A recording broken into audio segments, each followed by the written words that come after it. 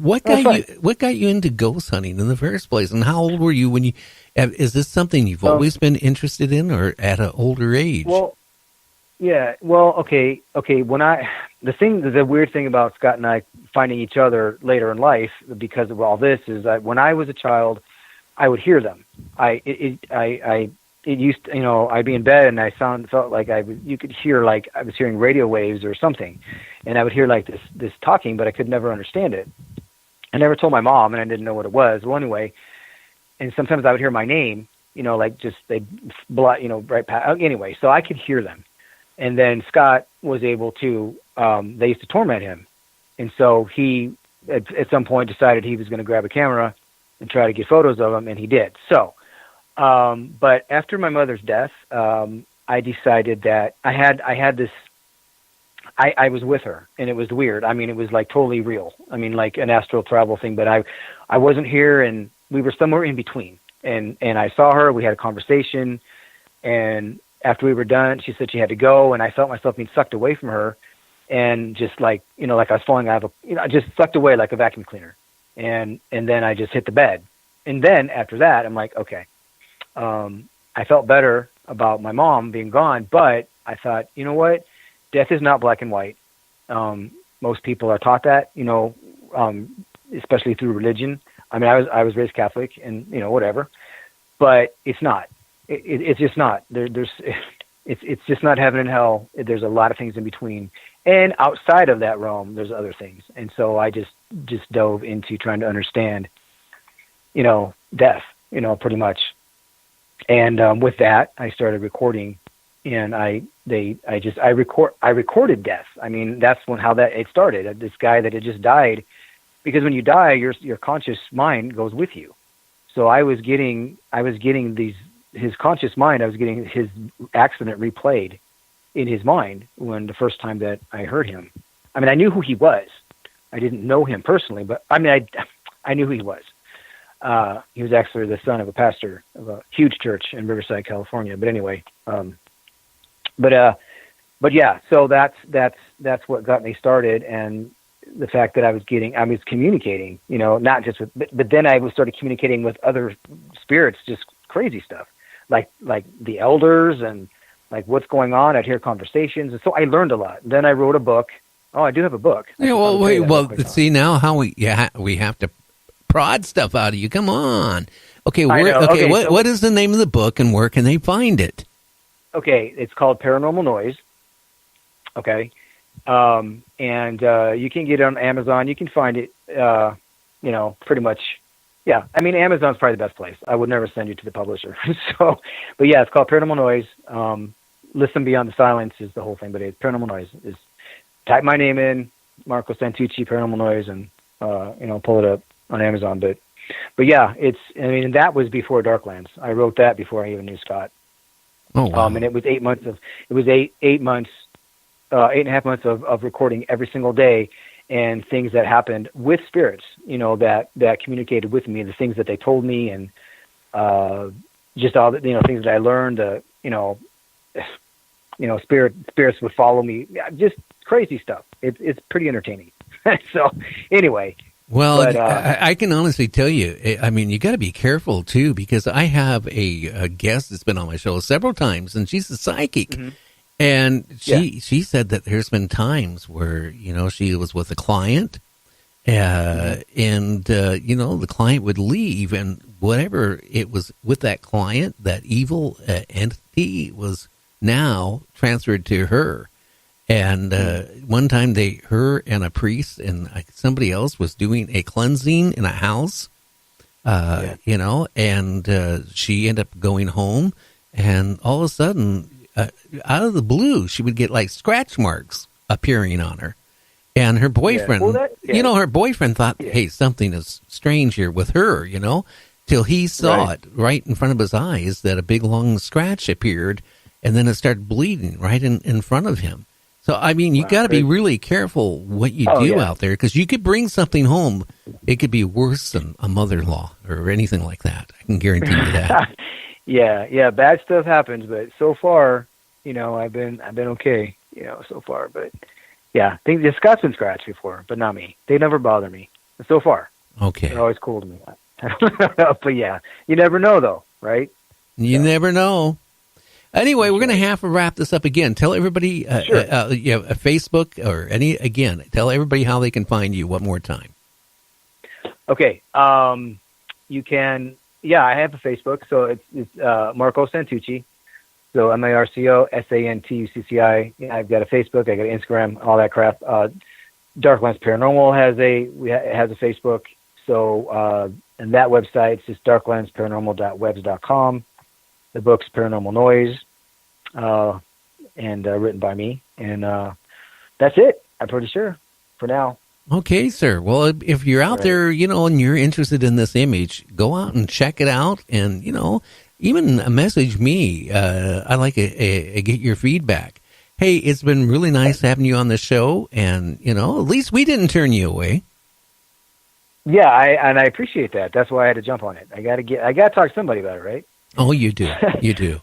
All right, Gary. Okay, sir. You take care. All right, you do the same. Thanks. Okay, you have a nice evening. Okay. All right. Yep. Time travel, is it possible? Yeah, I really think it is. Can you go forward and backward in time? I don't know if you can go backward, but I got a funny feeling you might be able to go forward in time. I don't know if you can go back. I don't know. And, again, maybe this image he captured was not a image of, ghosts and stuff like that. It could have been where it was, a portal, another dimension, or maybe a portal from aliens. I don't really know.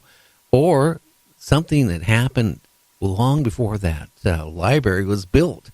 But to get an image of that time machine or whatever it is, I find kind of strange from the aspect also that people were interested. They came to his lectures about it, but nobody wanted to, I guess put him on a show and talk about it. And the people that were interested all of a sudden backed away, and nobody would respond to his emails. And I find that kind of strange. But again, you got to be careful, because what you type on your emails, you think it's going just to that person you're sending it to. It's not. It's going to, DOD, for example, and some other government agencies. So if you say the wrong word in an email, you can get on a list. I know, like Ronald was telling me, since I had him on my show, I'm probably on a list too, to be watched. I mean, you got to be careful what you type and what you say on your phone. And even, believe it or not, if you got a TV, it's a smart TV. Watch what you say. If you get on the list and they find you interesting, well, they're gonna monitor you. Books and stuff like on time travel. There is so many that you can just Google and you'd be surprised. But time travel. Do I think there's time travelers? Yes, I do. Are there spirits coming and back and forward in time too? I believe there's probably that same thing. So it's going to be kind of hard to distinguish which one it is. Hey, a shout out to Southern Paranormal Ghost Hunting Group. They've been on our show several times. We need to get them back on again, because they always have interesting stories of ghost hunts and stuff. So we got to get a hold of Donald on that and get him back on our show.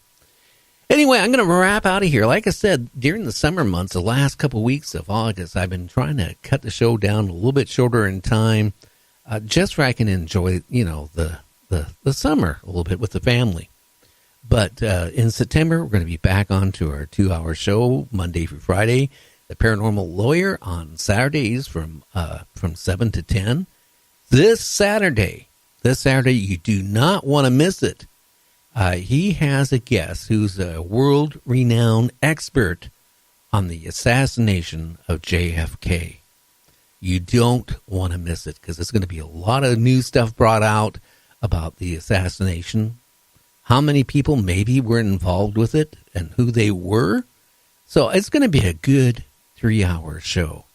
So that is, again, this Saturday on Night Dreams Talk Radio. Michael W. Hall, the Paranormal Lawyer, from 7 to 10 p.m. And don't forget, on Wednesdays, before I come on the air, from 5:30 to around 7:30, the UFO I-Team. They're a bunch of people who are trying to prove that UFOs do exist. And they do a Facebook Live, which we broadcast it simultaneously on Night Dreams Talk Radio, mainly to get more people to realize that this group exists. Other than that, climate changes, I'm still concerned about it. So many things is happening, and it's happening way faster than I even imagined it was going to happen. Other than that, we'll be back tomorrow. I want everybody to have a great evening, and if you go to our web at www.nightdreamstalkradio.com, that's nightdreamstalkradio.com, you can listen to well over 203 or 4 hours of shows for free. You don't have to join a club and pay a few bucks to listen to shows. You can just go on there, click on it, and listen for free. Now, I am trying to experiment all through now through September. No advertisers on the show. But if people don't donate a buck or two to help pay for our bandwidth and our expenses just to bring this show to you, then I will have to bring the advertisers back on. The main reason why I didn't want to keep advertisers on the show, well, one of the last ones I had was getting to the point that they figured I really would put on anybody that they suggested because they paid for their advertising.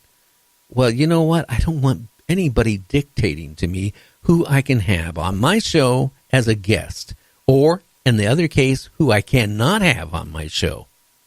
That's not going to happen. So I'm trying to experiment right now. So if you want to donate a buck or two to help with the bandwidth, please do. It pays for our operating costs, the server cost, all this stuff to bring our show to you. Right now I figured, hey, a 2-hour show is equal to a 3-hour show with our competition because we don't have the advertising. Other than that, we are going to be picked up here very shortly with a couple radio stations, and I can't wait for that to happen. They just want our listenership up a little bit more before they take us on. Right now, we're averaging around 95 to 103,000 people per episode. Now, that's not all live listeners. That's people who listen, the people who download it, and the people who play it later on demand to play. But we have come a long ways in this past year. And like I've always said, this is our anniversary coming up on the 3rd of September. We'll be broadcasting a year. And again, I want to thank my old friend, Art Bell, who got me out of retirement and said, hey, go on to the internet and do your talk radio show there like you used to on commercial broadcasting. And to Art, I'm always going to have fond memories of you in our conversations. With that in mind, everybody have a great weather, and hopefully where you live at, you're not getting all this pollution from these forest fires from California, Oregon, British Columbia, and Eastern Washington. But I tell you, the climate changes are so much that they're talking in the next year or two, we're going to go to extreme certain parts of even our country. The temperatures are going to go higher than they ever gone before.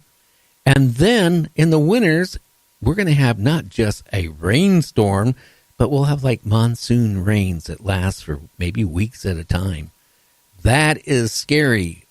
The other thing, like I mentioned last night, Japan is now considering all that contamination from their nuclear reactors that went down and melted. They don't know what to do with all this stuff. So they plan to dump it into the ocean.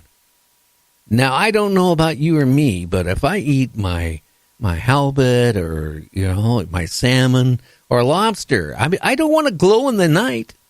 And, ever since that has happened, even in our state, the radiation, like in the grass that the cows eat, the cattle eat, is showing up from what happened in Japan when they had their meltdown. Can you imagine if they just dumped all that stuff in the ocean, what it's going to do to all the marine life? It's going to kill a lot. And just in the news yesterday, they had, just in a matter of like a couple days' time, 25